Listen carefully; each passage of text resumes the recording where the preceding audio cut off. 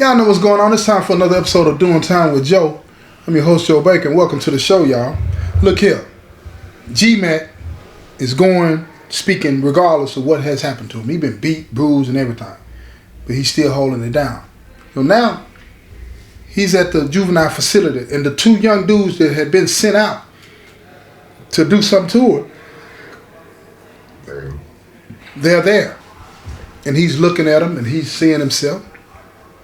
And he's talking to them, and there's a whole crowd of kids there, right, at this juvenile facility. They're all listening. Some of them are trying to listen. Others are being disrespectful and talking and all this and that. But he don't let that bother him.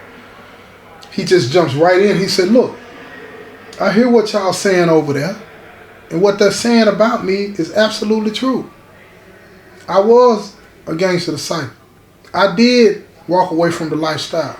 They beat me. They did all of these different types of things. And he said, you want to know why I walked away? Because it's something greater than that. It's something greater that I answer to. And then they looking at him all crazy. They're like, what's greater than GD? And then he told them. He told them. He said, God Almighty is greater than GD. There ain't nothing greater than GD. See, this is what they really believed. This is what they really believed. They said, ain't nothing greater than GD. They didn't want to hear nothing else. But he kept telling them, yes, it is. I'm telling you what it is. And when they continued to listen to him, some of them started to be swayed by what he was saying. Some of them started to listen. They wanted to hear what he was saying. They wanted to believe in what he was saying.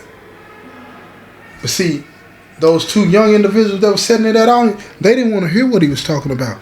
They didn't want to believe that they had been making decisions in their life for the wrong reason. They were convinced that they were right. That's why they felt strong. They felt their power. But he kept telling them they were wrong.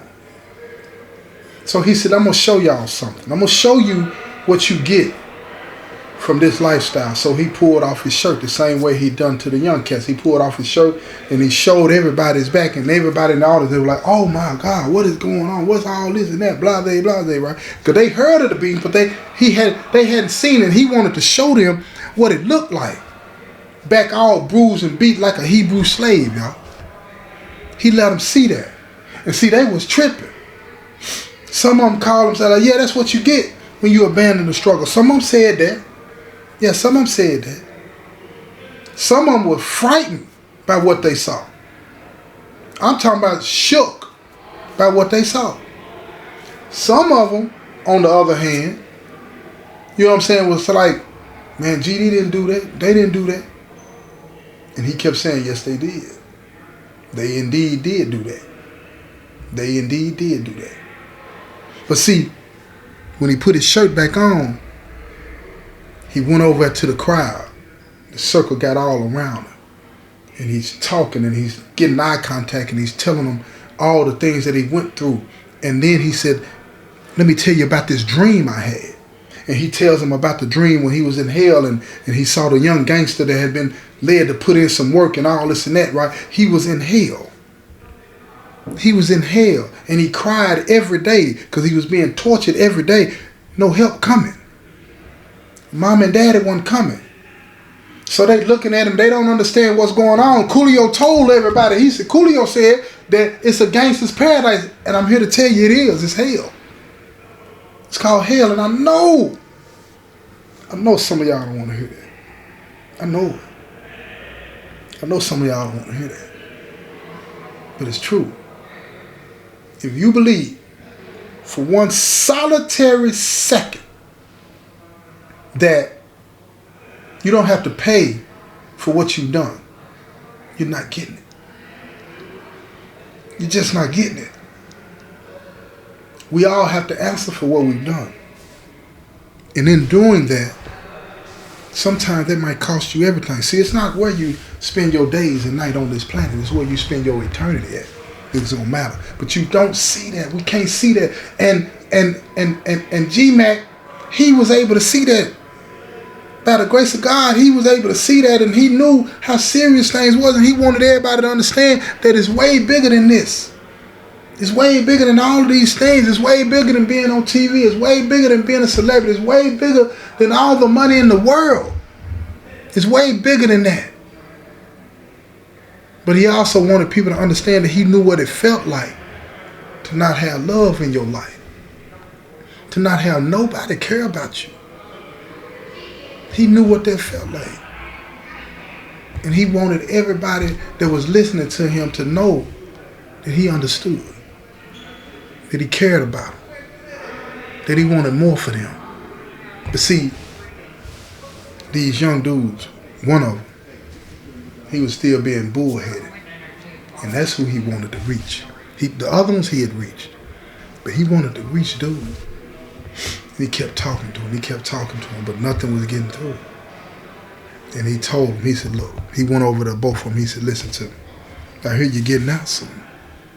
And when you get out, look me up. I'm going to be here for you. Whether you believe that or not right now is not important. But I'm going to be here for you. All you got to do is come to me. And if you come to me, I got you. But if you don't, oh well. There's absolutely nothing that I can do to help you. He said, I know you believed everything that you've been told. I did. But I'm telling you, ain't none of it true. Ain't none of it true. And if you continue to do what you're doing, you're not going to make it. One of them looked at him and he was all scared and he was telling him, you know what I'm saying, I might look you up. The other one was like, man, you ain't talking about nothing. Flat out said it. You ain't talking about nothing. You ain't talking about nothing. So G-Mac said, I got you though. No matter how you feel about me right now. And he left. And when he left, he didn't really believe that he would see them again. He hoped that he did. He hoped that he would. But he didn't think he would. All you can have is hope sometimes. So he gets out and bro and them are leaving him alone. They done enough to him and they're satisfied because he didn't say anything still about who was behind the kidnapping and all this and that. So they looking at it like, okay, he's scared of us. He not going to do nothing. But he wasn't scared at all. He was not scared at all. It wasn't it at all. They were misreading the whole thing. And sometimes when we misread what somebody does in relation to us and all this and that, it'll have us thinking the wrong way. He wasn't scared. He wasn't scared. He just didn't believe that that would do anything. Right or wrong, that was the way he saw it. So here's what happened. He's back at work and he's doing his thing. He still goes out to the prisons and the jails and the juvenile facilities once a week and all this and that, and they rotate that out. You know, he still does all these different types of things, but he knows that, you know, he's got to get on with his life too. And he's doing what God wants him to do. So he goes about his day doing whatever it is that he's doing. And he finds a way, miraculously, he finds a way to make a real difference with all the people that he's talked to. And he tells them, he said, look, I'm going to start an organization and I'm going to need some help. And he starts meeting all these big wigs to do all these different types of things. And they're putting money behind it and all this and that. But they're trying to change his message. They're trying to tell him that he's going to have to be more helpful with the police. They're trying to, and he's trying to convince them, that's not what I want to be on. That's not what I want to be on. So one night, coming from one of those meetings, he had gotten off of work and he was coming from one of those meetings, you know what I'm saying, with the people in the public life and trying to do different things, and a lot of philanthropists who got money. He was coming home from one of those meetings and he heard the helicopters in the air, and he looked up and he saw that big old searchlight and it's all darting all through the neighborhood. You know how they do. And he's like, I wonder what's going on. So he turned his radio on and he heard it. It's breaking news. You know what I'm saying? A convenience store had been robbed in the area and the clerk had been shot. Not killed, but shot. And the clerk had got a shot off. You know what I'm saying? And they think it hit one of the suspects, right? And they gave a brief description from what the clerk told him and all this. And it was two young black males, you know, and all this and that. But they had got away and the pursuit was on. They were hunting them down. So he turned off the radio. He said a silent prayer, and he got out of his car, and he was going up the stairs. He was going into his apartment, and he felt the gun right there at the back of his head, behind his ear. And they told him, walk up the steps. And he recognized the voices. And he looked back over his shoulder, and he saw it was the two young teenagers, right? Yeah, they had been released from juvie. And he said, man, you ain't got to do this. Please, don't do this. Whatever you need, I'm here to help you. They said, man, go on up the steps. And he heard one of them grunt like he was in pain. And he said, are you all right? And he looked back, and the one that had been shot was the one that he thought he had reached. And he asked him again, are you all right? And the dude said, I've been shot. So now it had confirmed to him that they were the individuals that were being hunted by the police. Now his antennas are going off. He's wondering, you know what I'm saying, who's watching all this and that. His old instincts kick back in. He couldn't help it.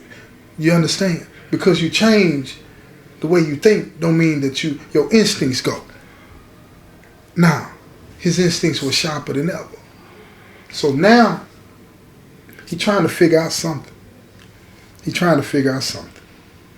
So they push him into the apartment. He gets into the apartment. He tells me, he said, look, let me help him because he's bleeding. And the dude with the gun, the one that was hard-headed, he's like, nah, don't touch me. He said, listen to me, man. If you don't let me help you and this little boy die, you going to get charged with that murder. And it scared him. He read him like a book and didn't even wait for him to respond. He grabbed the little boy's leg and ripped the pants apart from the hole, and he saw that the bullet had gone straight through. He said, it looks like it's gone straight through. You're going to be all right. The little boy raised up a little bit as much as he could on his elbow. He said, I ain't going to die. He said, not tonight. Not if I got anything to do with it. He said, but look, I got to do something to try to slow the bleeding down. He said, you got to go to the hospital. He said, I can't go to the hospital. They're going to arrest me. The police going to arrest me. He said, if I can't get you to the hospital, you're going to die. He said, you can't patch me up? And he told the little boy, this ain't the movies. This is real. You got a bullet in you, a bullet wound on you. He said, you got to get this thing stitched up. Ain't no telling what it can cut up in you. So he grabbed some alcohol and he hit him with it. The boy screamed out, ow! He said, hold up. Wait a minute. You keep doing that, they're coming. That's what his partner said. That's what his partner told him. You can't be yelling like that. So G-Mac said again, man, I need to get him to the hospital. Let me take him to the hospital. Dude stood there for a minute with the gun pointed at him. He said, man, you better not tell him nothing about me. Better not say nothing about me. G-Mac knew he didn't have to tell him. They already knew more than likely. He said, I ain't going to say nothing. He said, let me get him to the hospital. He said, go ahead. Now his partner, he laying there, he in pain, in some real pain. And all dude thinking about is, don't say nothing about me. Don't say nothing about me. You understand? That's how your mind will be twisted. It'll have you not concerned about somebody that you say you care about. You start to only concern yourself with yourself. That's it. So anyway, G-Mac get him, and he got him, he hold him. He's a big dude. He getting him down the steps. He get him in the car. He look around to make sure don't nobody see nothing. His instincts is all on alert, right? He gets him in the car, and he's speeding off to the hospital. He's rolling. He gets to the hospital, and he takes him inside, and he tells him he's been shot. The nurses immediately look at him and said, what is your relation to him? He said, I'm a friend. They get him in the back, and they working on him, right? Now, G-Mac, he thinking about the young dude. He done left the apartment. He gone. He in the wind. But his thoughts and heart is with him. He said if he can't reach him, this ain't going to end good. It ain't going to end good. So the nurses, of course, you know, and the doctors, they called the police. The police hurry up and get down. The two detectives, they hem G-Mac off immediately. And they said, listen, do you know this boy? He's like, I know him from going down to the juvenile place to talk to him. And, you know what I'm saying, he was on my street one day. I saw him and I tried to talk to him and his friend. They said, where were you at tonight at 7 o'clock? And he said, I was meeting some people about some business things, this and that. They can vouch for me and all this and that. So he said, give us that information. And they verified it and they were straight with it. But they was like, look, Something ain't right here. These are young gangster disciples. You used to be a gangster disciple. Do you know anything about what's going on? And he told them, I know nothing. I know nothing. And they said, aren't you on parole? And he's like, I am. I'm on parole. So they said, if you lie to us, we're going to lock you up. He said, I'm not lying to you, but do whatever you got to do. Said, do you know what the other young man is? He said, I do not. He said, did you see him tonight? He said, yes, I did. He was at the apartment, and I tried to convince him to turn himself in, but they wouldn't. He wouldn't. He let me bring the young man to the hospital, and that's what I did.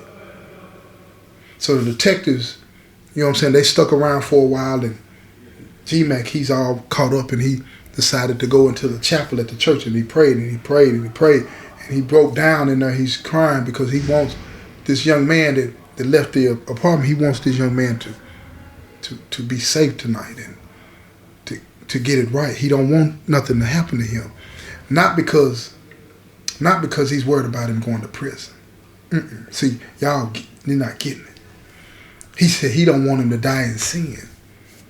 He don't want him to be like that other young individual that he saw in hell that had put in work and killed somebody. No. He don't want that. He's praying for his salvation. Now the path and the process to get there, God gonna take care of that, but he praying for him. He praying for him. So he comes out of the chapel, and the doctors tell him that he can go in and see the young man that he brought in. He goes in and he's talking to him. And the first thing the young man said, he wasn't my partner at.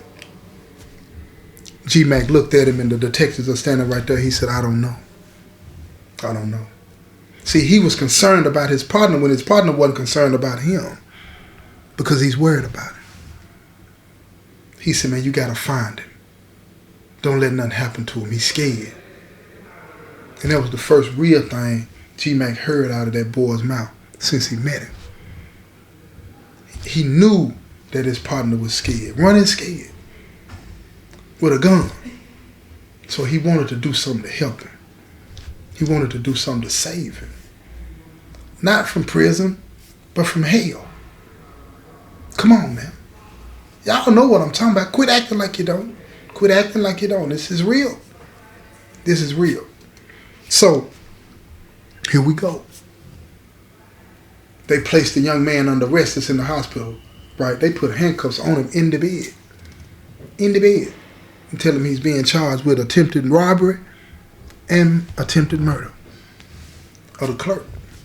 Because the clerk is in the same hospital. Still alive, fighting, incredible.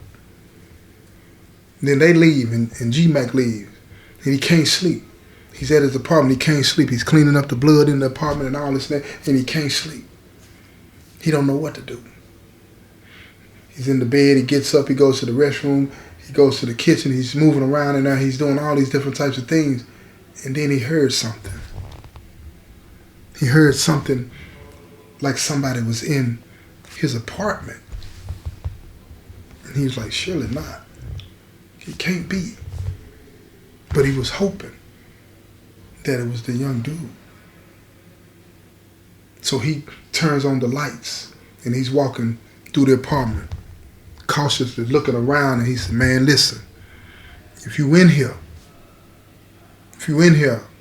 I'm gonna turn off these lights and you make your way to this kitchen because we need to talk. And he turned off the lights and he walked into his kitchen and he sat there looking at his watch. 1 minute, 2 minutes, 5 minutes go by, but it seemed like forever. Then he looked up and he saw the young boy standing in the doorway, gun still in hand, tears running down his face, not knowing what to do. And if you want to hear the next part of this, you're going to have to tune in to the next episode, y'all. This has been another episode of Doing Time with Joe. I'm your host, Joe Baker, and I say peace, y'all.